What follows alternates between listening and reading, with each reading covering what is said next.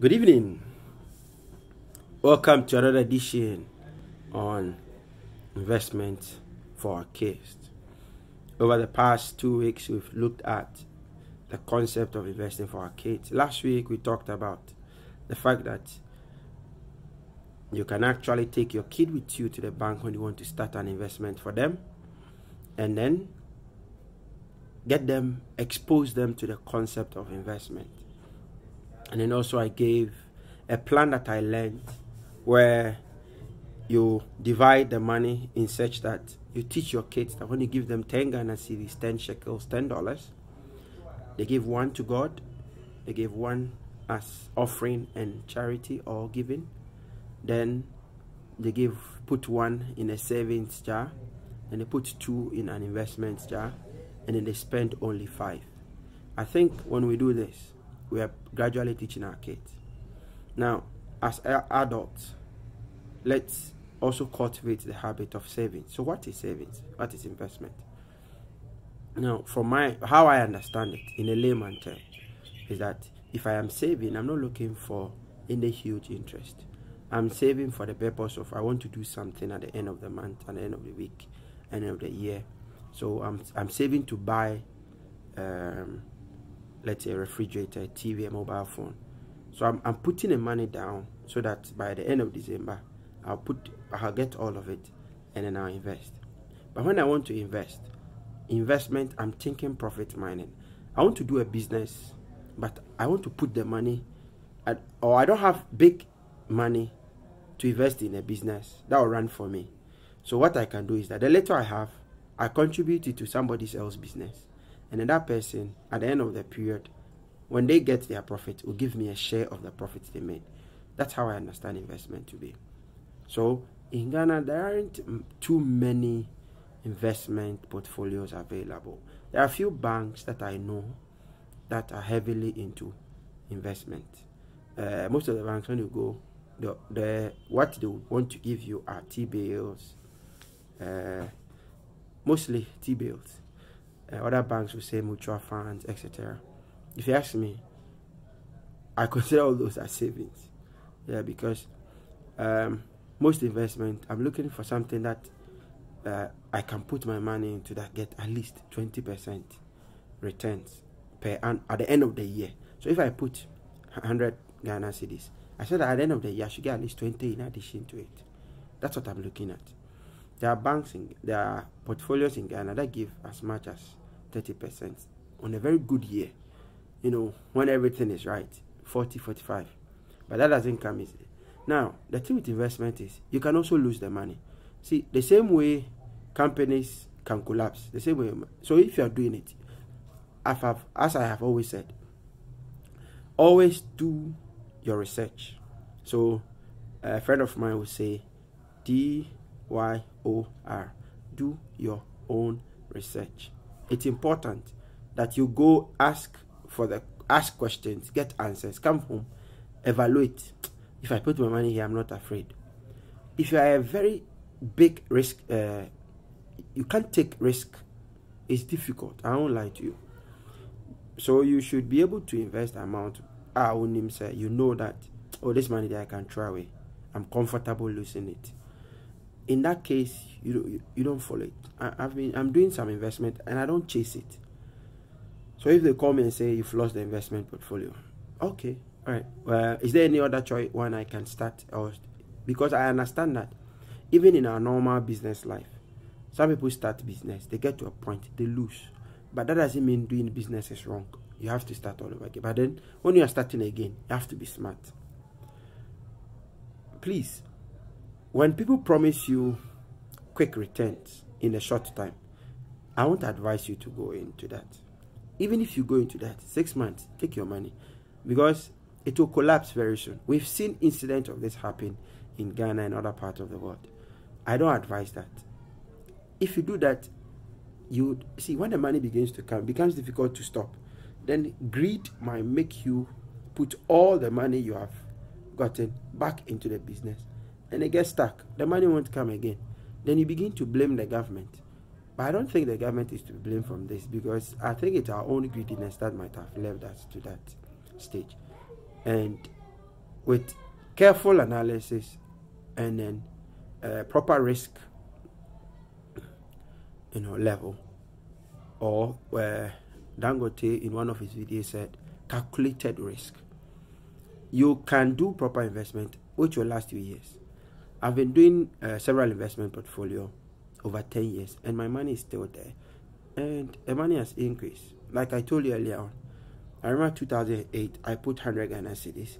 In 2017 I checked and I had 1,100, which means the amount I put in there had gone up by 1,000 Ghana in that span, because it's compounded. It keeps adding up and the money that is reinvested increase. So that is it. Again, whatever we are doing now, we should be thinking of the fact that we want our kids to have a better life by the time they are in university and they are finishing, so that they will not struggle. And I'll echo this over and over again.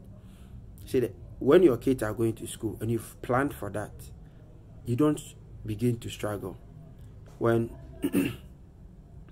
your kids finish school and they have to go into their national service, and you've planned money for them, if you have 2,000, 3,000 and it's purposely for them, you're giving them their rent, etc., will not become a problem. Because we know in Ghana here, it's not easy, but it's easy putting down 50 Ghana cedis for 13 years than to get up and take 1,000 Ghana cedis and we don't have 1,000. So we need to break it down and do it gradually.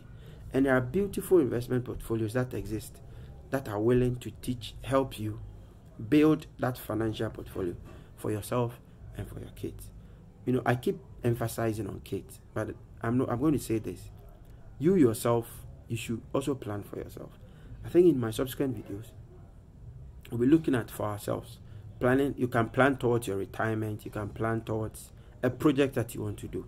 It's very important. We need to do that. You can also invest in a certain business. There are several. If you don't want to put your money in a bank, you can start your own small business, and you may say that this business, I'm doing it for my kids. It's a side business from your normal work you're doing, and the money that comes out, I'm going to save it. So that one, I get the money, I put it in a savings account for my kids. So the investment now has become the business. One of the powerful businesses around is selling water, not bottled water. I mean sachet water. In Ghana here, people drink a lot of water.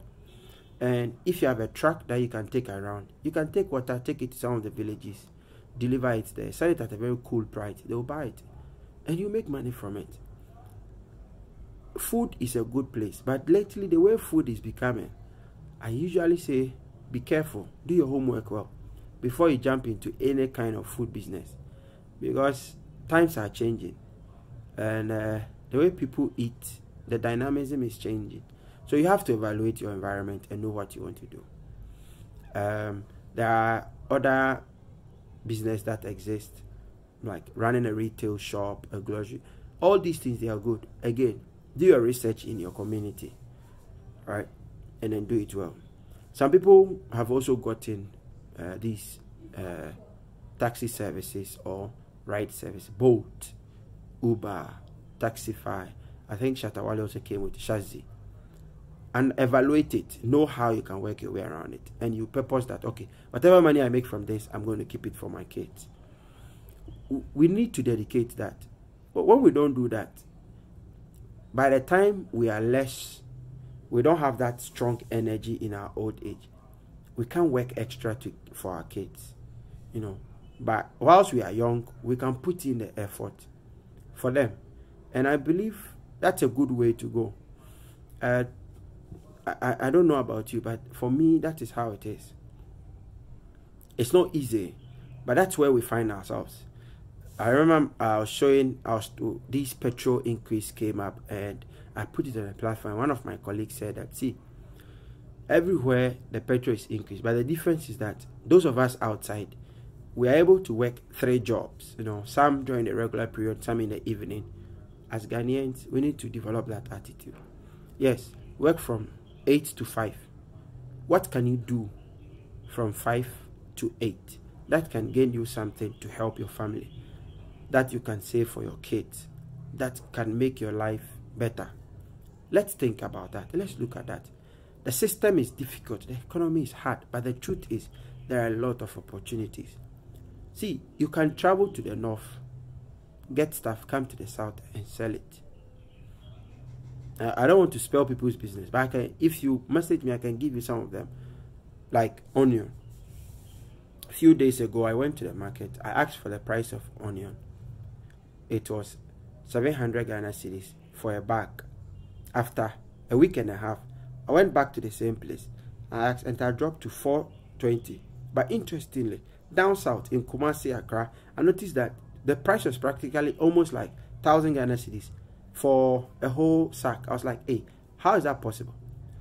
Which means that time when the price dropped, if I go and bring a bag, or I could get people go there, buy for them, put in a car, bring it, and as at the time, a bucket of onion was 70 Ghana cedis, and then after 2 weeks, let's say after a week and a half, when I went, we got it at 40 cedis. So it had dropped by 30 cedis. But in Kumasi, when we asked whilst we were there, it was 90, 100.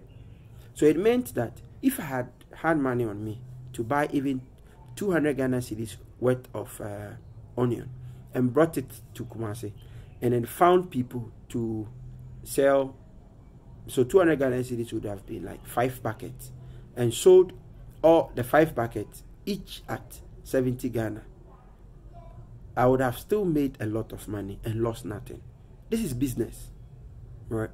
Again, whatever business, you need to be able to target who you are doing the business for. Me, my target now is to do it for my kids, because when my kids go, I don't want them to suffer like I did.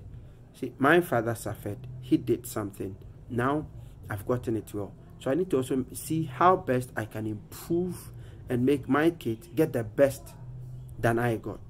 If we do that, gradually we'll be changing the, the situation as it is. It's not easy, as I am saying, but for me, I think it's all about commitment and consistency, and then being focused on what you want to do. So don't overthink things. Look at simple things and then gear your way towards that. One thing I would also advise is this: most of us spend beyond what we earn. We should begin to cut our expenses. There are certain things we do, we know perfectly well they're not relevant, but we still do it. Let us cut our expenses. For the betterment of our kids' future, let's cut some of the expenses. So, certain things, if you don't do them, they will never change your name. They won't change your identity. The people you want to do to appease, they go to their luxury life and we stay in our miserable one. So please, keep it simple. I'm begging you. Because a time will come when you can't help your kids.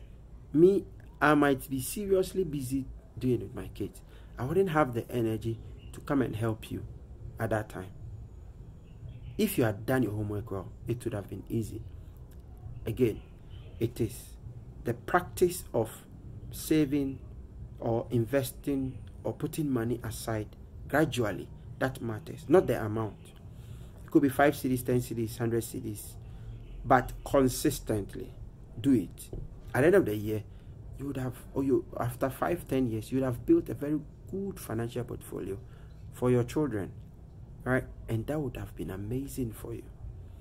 So this evening, I hope this helps somebody. Next week, I'll try and then maybe mention some banks and some of the packages they have that we can, and then you can visit the bank. When I mention the bank, please don't take it. Go to the bank, ask them, sit down, let them discuss, how it can be. Get the details. Go home, think about it, then you start.